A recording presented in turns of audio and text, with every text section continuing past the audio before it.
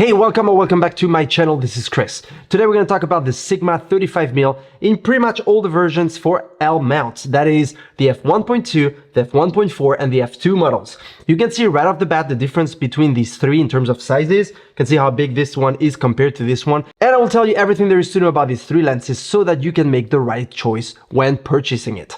Here you go.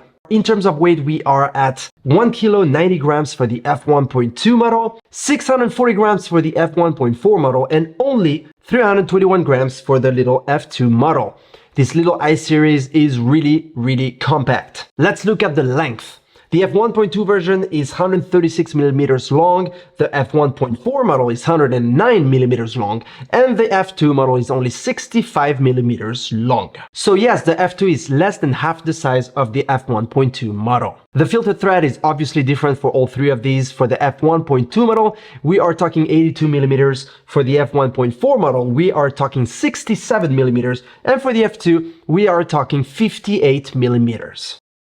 In terms of aperture, you know the maximum aperture by now, but the minimum aperture is f16 for these two big boys, and the small one is f22. Now, I normally never close under f11 or even maybe f16, so f22 does not make a difference to me. I took some photos comparing these three lenses side by side so you can see the difference in terms of depth of field at different apertures. Here you go.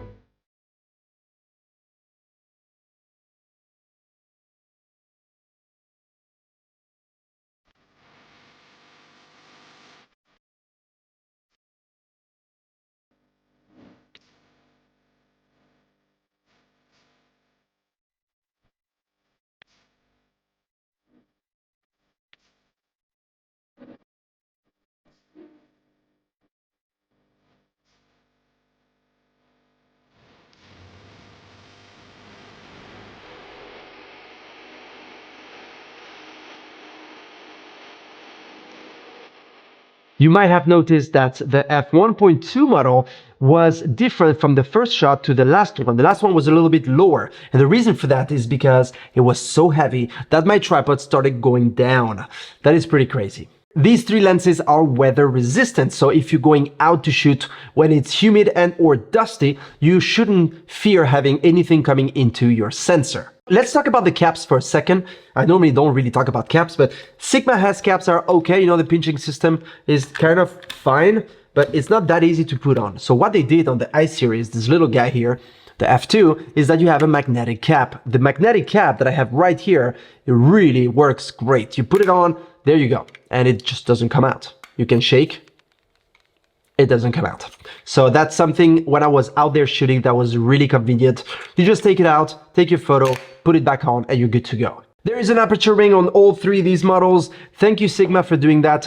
Besides the fact that I love it, I'm also shooting with a Leica SL2s, even if you're shooting with a Panasonic. But the thing is here that I'm used to having aperture rings, and I really like being able to change my aperture in a fraction of a second and to look physically where I stand. One thing they did with the aperture is the f1.2 and f1.4 models have the click that you can turn on and off. So when it's on, you hear the click. When I turn it off, this is what happens.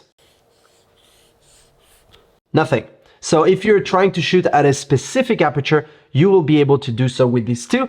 And otherwise, the f2 model will only allow you to change 1/3 of a stop at the time. Let's look at the size and convenience. Well, that question gets answered pretty quickly and pretty easily because I always had the f2 model on my Leica. Always.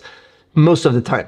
I took the f1.4 out the other day to test it out, and that was good in terms of balance. I have to say it gives a very good balance to the camera. It's easy to hold. It's easy to hold on your hand like so. It's good.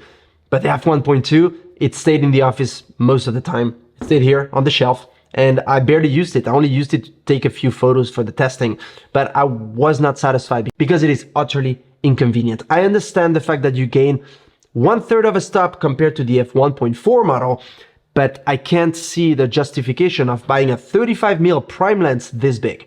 So yeah, I think the f2 here is the winner. Obviously, if you're looking for something really artistic and you want that creamy, shallow depth of field, the f1.2 and f1.4 are great. They're probably better than the f2, but they're not very versatile. So you are going to get probably better image quality, even though remember that these two will give you quite some vignetting that you will have to remove later in post. Focusing wise, the Leica SL2 is detection based, so it is not the best autofocus system in the world. It works great most of the time. I don't really have a problem with it, but it happens sometimes that it hunts a little bit. Now these two perform amazingly. This guy, you can hear the motor, you can feel the motor, and it sometimes is a little bit slower than the other two lenses. Shall we take a look at the price? I think this is a pretty important element when considering buying one of these lenses. So the f1.2 model costs $1,500. The f1.4 model costs $950, and the f2 model only costs $600. And I do say only because it is almost a third of the price of the f1.2 model. And all you lose really is one stop and a third compared to, you know, the f1.2, or only one stop if you compare it to the f1.4. So really what you need to look at here is, do you need to open wider than f2? If so, how much wider? Is one stop enough? Do you really need a third more?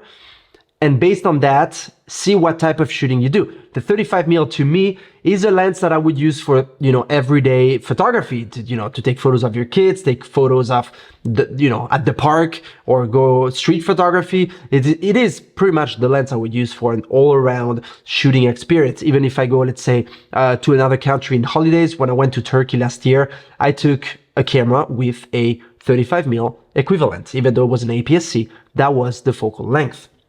So I hope I answered all the questions you might have had. If you have any, like always, write it down in the comment section below. If you're enjoying my content, don't forget to subscribe so you don't miss any of my future videos. Keep taking great shots and see you soon. Cheers.